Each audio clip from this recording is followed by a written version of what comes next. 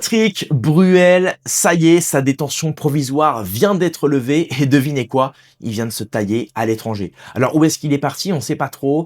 On se doute qu'il partira soit aux États-Unis, là où effectivement il a l'habitude d'aller, notamment à l'époque pour le poker, ou alors en Israël. D'ailleurs, je suis pas sûr que ces pays extradent, donc évidemment, si jamais le parquet qui a fait appel voulait le renvoyer justement, de le rejuger, etc., eh bien si les pays dans lesquels il est n'extradent pas, eh bien on ne le reverra certainement jamais en France. On se doute aussi du coup que c'est en partie la fin de sa carrière. Là, le gars, dès que sa détention a été levée, il s'est barré à l'étranger, c'est qu'il a senti, à mon avis, d'après ses avocats, qu'il allait être emmerdé. Et dans cette vidéo, justement, on va revenir sur le cas Patrick Bruel. Qui est-il et ce qu'on lui reproche? Avant de commencer, n'oubliez pas de mettre un petit pouce en l'air pour soutenir cette chaîne, cette nouvelle chaîne, et abonnez-vous à cette chaîne, mettez la petite cloche pour être au courant de toutes les nouvelles sorties de vidéos. Alors Patrick Bruel, faut savoir que Patrick Bruel, c'est pas son vrai nom déjà. Patrick Bruel, il s'appelle Maurice Benguigui. Alors bien qu'il a essayé de faire du pile-poule chez les gens en disant non mais c'est mon deuxième nom, non, il s'appelle Patrick Maurice Benguigui, c'est son nom de famille, voilà. Et c'est marrant parce qu'en plus, c'est le cousin d'Elysée Moon, voilà. Donc Elysée Moon qui est aussi, vous allez le voir, ils ont un petit point commun. Donc Patrick Bruel, il est né à Tlemcen, en Algérie française. Il est d'origine juive séfarade algérienne, exactement comme Elysée Moon. Il est parfois décrit comme judéo-berbère. Alors ses parents, Pierre Benguigui et Augusta Camoun, étaient enseignants d'origine juive nord-africaine.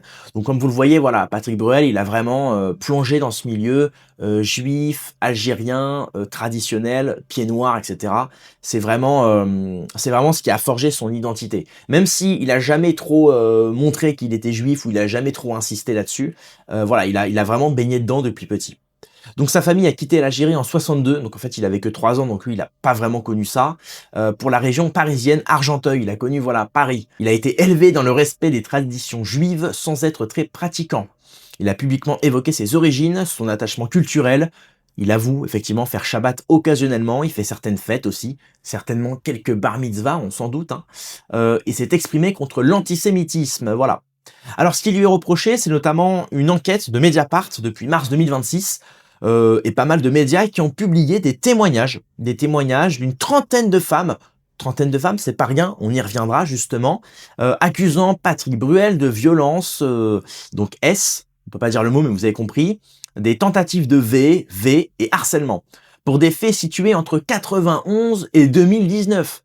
C'est-à-dire que même un boxeur, il a pas une carrière aussi longue. En général, quand tu es dans la boxe, tu as 20 ans de carrière, pas plus. Le mec, il a quasiment une trentaine d'années de prédation devant lui. Le mec, c'est le champion du monde de la prédation. Non mais vraiment, avec tout le respect, Bon, évidemment, présumé. On ne dit pas qu'il est coupable. Présumé. Non mais voilà, je prends des pincettes parce qu'on sait jamais. J'ai pas envie de me retrouver avec un procès au cul quand même. Donc souvent en marge de concerts, festivals, tournages, interviews ou massages dans des spas hôtels. Voilà, c'est la petite spécificité de Patrick Bruel. Après ses concerts, dans sa loge, voilà. Des fois, il a des fans, parfois mineurs. Bon bah voilà, je veux dire, tout le monde peut, voilà, ça arrive à tout le monde. Voilà, une fan de 14 ans avec qui il boit un petit verre de champagne, un petit doigt qui glisse, on sait pas, on s'imagine tout et n'importe quoi. Non mais sérieux. Non bon, plus sérieusement, voilà, effectivement, c'est souvent en marge de ses concerts, notamment un dans un massage, c'était un massage à Perpignan d'ailleurs, de là d'où je viens. Il se fait masser dans un hôtel, il se met tout nu, et en fait, il demande gentiment à la dame, enfin à la masseuse, de lui masser la partie de l'anus avec le coude, voilà. Non mais, écoutez, on ne juge pas. Moi je suis bouddhiste, je ne juge pas, j'ai de la compassion pour cet homme-là. Peut-être que c'est son seul moyen d'avoir du plaisir. Pour ceux qui se demandent, lisez la biographie de One Man, One Horse. Voilà, c'est un homme qui a malheureusement pratiqué le coït avec un cheval parce que c'était sa seule manière d'avoir de l'excitation. Bah peut-être que Bruel, c'est son truc, les coups de coude dans les fesses, voilà, c'est peut-être son truc, on sait pas. Moi je fais du Muay Thai, donc je fous pas mes coudes n'importe où, mais voilà, je peux comprendre. Parce que quand on maîtrise bien le coude, il y a quelque chose. Enfin bref, il y a plusieurs plaintes, donc au moins une trentaine, selon certains décomptes de juillet 2026, qui ont été déposées en France et en Belgique. Enfin, le mec, il est partout. Le mec, France, Belgique, je vous l'ai dit, le gars, c'est un champion du monde WBC de la prédation. Il a été mis en examen le 10 juin 2026 pour certaines d'entre elles, donc des V, tentatives de V, agression, harcèlement.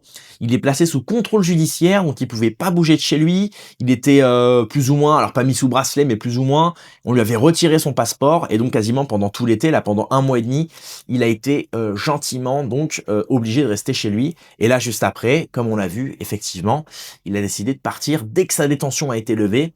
À mon avis, comme je vous l'ai dit, je pense que c'est son avocat qui lui a dit « Patrick, barre-toi, ils vont pas te lâcher ». Voilà, parce que là, on peut le voir, ça va être compliqué de faire des concerts, ça va être compliqué de se représenter sur scène.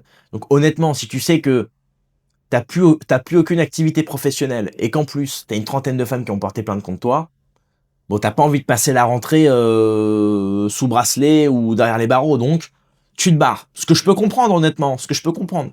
Mais ce qui est marrant, c'est que ce qu'on reproche à certains pour des idées politiques, on ne le reproche pas à d'autres pour des agressions. On y reviendra juste après. Alors, on va revenir sur les comportements en question, hein, donc des éléments récurrents dans les récits publics, notamment l'enquête de Mediapart. Des comportements décrits comme insistants ou non consentis dans des contextes professionnels ou de proximité. Des accusations de non-respect du consentement, parfois avec mention de blackout ou d'impression d'avoir été sous influence. On parle notamment de le témoignage de Flavie Flament, l'ex de Benjamin Castaldi, qui a dit que, donc elle était mannequin quand elle était plus jeune, elle avait 16-17 ans quand elle s'est retrouvée dans l'appartement de Patrick Bruel, là où effectivement, d'après elle, elle aurait bu un thé dans lequel il y avait des produits, elle s'est endormie, et au moment de se réveiller, elle avait vu Patrick Bruel remonter son pantalon en lui disant « bon allez, je te ramène ». Donc évidemment, elle se doute qu'il s'est passé quelque chose dont elle n'a pas vraiment les preuves physiques, voilà, malheureusement, mais c'est quand même quelque chose. Donc évidemment, ça s'est passé il y a des années. Donc la question, une grande question se soulève, c'est les femmes ont-elles le droit de porter plainte 20 ans après, 10 ans après, 15 ans après? C'est problématique parce que tu peux avoir une relation consentie sur le moment. Là, on parle d'une relation consentie, donc tu fais l'amour avec ta copine, ça se passe super bien. Quelques années après, vous vous séparez. Et quelques années après, elle dit, bah finalement, j'étais sous emprise. Parce qu'on parle toujours de l'emprise. Ah, mais j'étais amoureux de toi. Et comme j'étais amoureux de toi, bah, j'ai fait des choses que je n'aurais pas voulu faire si j'étais pas amoureuse. Donc, ça se trouve, ce jour-là, ce soir-là où j'ai fait l'amour avec toi, ben maintenant que je suis plus amoureuse de toi, je me rends compte que j'aurais pas voulu. Et là, elle peut porter plainte. Et c'est le gros problème aujourd'hui. C'est pour ça que les hommes en Europe ont peur aujourd'hui de draguer des femmes et de réaliser quoi que ce soit avec elles. Parce qu'à tout moment, la femme peut se retourner contre l'homme des années après, une fois qu'ils sont plus ensemble, ou même quand vous êtes encore ensemble. Donc c'est là où effectivement, c'est la dérive du féminisme qui est ce qu'on appelle un féminisme castrateur, parce qu'elle castre les hommes au point que l'homme ne peut même plus approcher la femme, parce qu'il a peur d'elle, il a peur des répressions judiciaires, etc. Alors il y a des faits anciens et plus récents, des témoignages à visage découvert comme Daniela Eltzner, Flavie Flament, des mentions d'une omerta ou de connaissances dans le milieu. Alors là, c'est la spécificité du business, enfin du showbiz, c'est tout le monde sait, mais personne ne dit rien. Ah bah oui, on se doute bien que Mimi Mati, Arthur et tous les potes là des Enfoirés, ils étaient tous au courant, hein.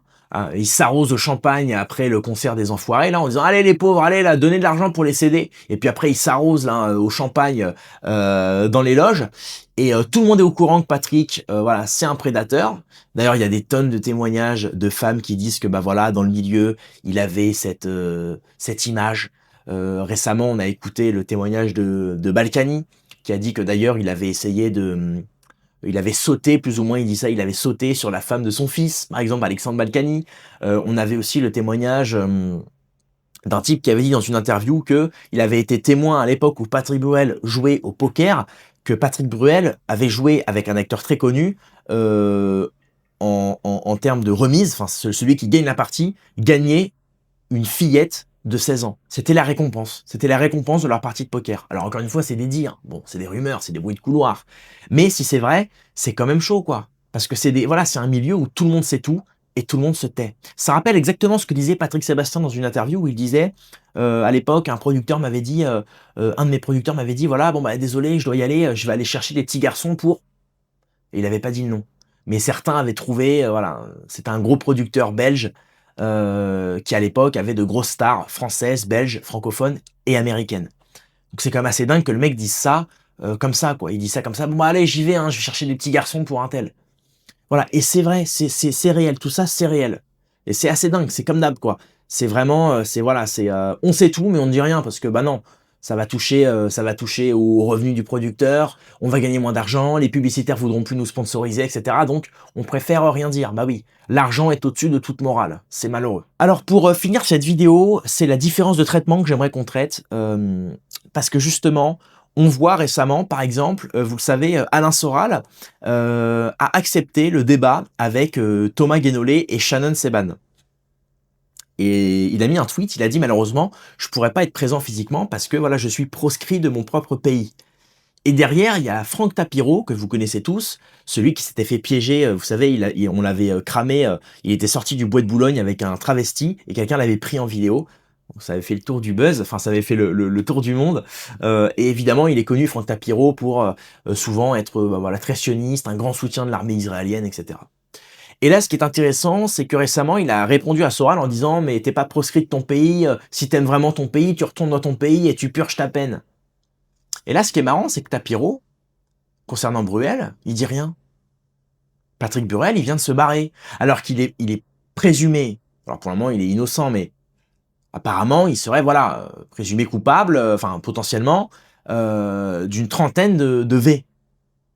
Ce qui est honteux, enfin, pour moi, c'est plus grave d'être un violeur que d'être antisémite. Hein. Ça, c'est mon avis personnel. Mais et Franck Tapiro, bizarrement, il dit rien. Pourquoi? C'est pas parce que Patrick Bruel est juif, quand même. Tu nous ferais pas ça à nous, Franck Tapiro. Puis c'est marrant, il a fermé sa gueule, Franck Tapiro, sur l'arnaque à la taxe carbone. Avec Arnaud Mimran, Marco Mouli, qui se sont barrés en Israël, parce que Israël n'extrade pas. Alors qu'ils avaient volé des milliards à l'Union européenne et à des entrepreneurs français. Ne me dis pas, toi, Franck Tapiro, que t'as fermé ta gueule sur cette histoire parce que Marco Mouli et Arnaud Mimran sont juifs. Quand même pas. J'espère pas. Quand Meir Habib a répandu la rumeur des bébés morts dans le four par des Palestiniens qui s'est avéré faux, enfin qui n'était pas avéré, en fait, c'était faux. Mais Franck Tapiro, t'as pas entendu démentir? Ne me dis pas quand même que t'as défendu Meir Habib parce qu'il est juif. Non, quand même pas. Pas à nous, quand même. Voilà, donc évidemment, on se doute qu'il y a un petit soupçon de communautarisation. Ce qui est étrange. Pareil pour le cas de Dieudonné. Dieudonné, ou Blanche Gardin même. Ils ont fait des sketchs sur la critique d'Israël, sur la défense des Palestiniens civils. Juste ça. Et là, tout de suite, c'est antisémite, il faut vous interdire de scène, il faut vous interdire d'antenne, de télé, de radio, etc. Patrick Bruel, accusé par 30 femmes d'agression, de viol, etc. Là, pas un mot. C'est oui, mais bon, il est peut-être innocent, et puis ces femmes-là, à l'époque, ceci, cela, ouais, d'accord, ouais. Donc, si je dois bien comprendre, en France, c'est plus dangereux d'être antisémite que violeur. D'accord, bon bah très bien. Faudra peut-être, voilà, il y a peut-être des vocations, tu vois. C'est le mec antisémite se dit peut-être que finalement, je devrais peut-être basculer vers le viol. Non mais voilà, tu vois. Évidemment, c'est de l'humour, mais vous avez compris. Et ça, c'est dramatique. C'est, je pense, le plus grand drame français. Enfin bref, donc pour l'instant, je rappelle, Patrick Bruel, il est présumé innocent, mais quand même, quand t'as une trentaine de femmes qui t'accusent de quelque chose, une fois, je vais faire le Fred Détuche là, mais tu peux perdre une carte. Tu peux être accusé de viol par une femme, mais pas 30. Tu peux être accusé par 2 femmes, mais pas 30. Tu peux être accusé par 3 femmes, mais pas 30.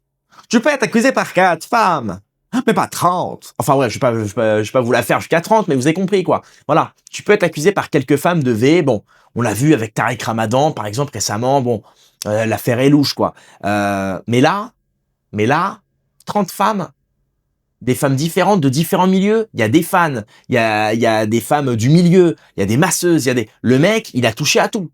Le mec a touché à tout. Donc, moi, je propose pour que ça aille plus vite dans l'espace commentaire, les femmes qui n'ont pas été agressées par Patrick Bruel, mettez un commentaire, ça va plus vite. Bah oui, ça va plus vite que celles qui ont été. Comme ça, on prend le problème à l'envers, tu vois. Enfin bref, merci d'avoir suivi cette vidéo, mettez votre avis en commentaire, rendez-vous dans quelques heures ou à plus tard. Merci à tous.